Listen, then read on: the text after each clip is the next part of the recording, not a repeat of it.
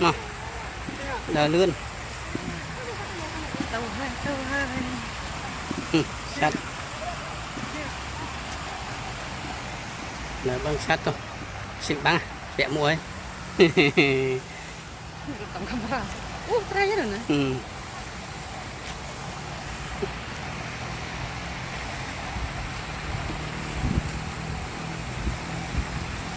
giờ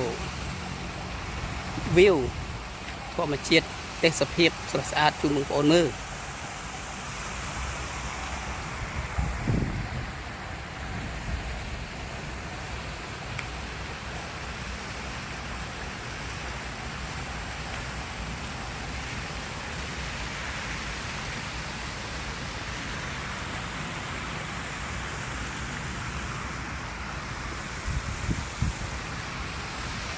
ដាក់ជុំជូនបងប្អូនមើលមានមេឃក្រោយ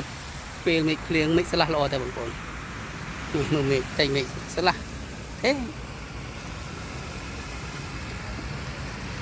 កន្លងមកជុំនោះព្រោះว่าមើលមេឃមកជុំជូនបងប្អូនមើលអានេះយន់แสงមើលមិនសូវឃើញ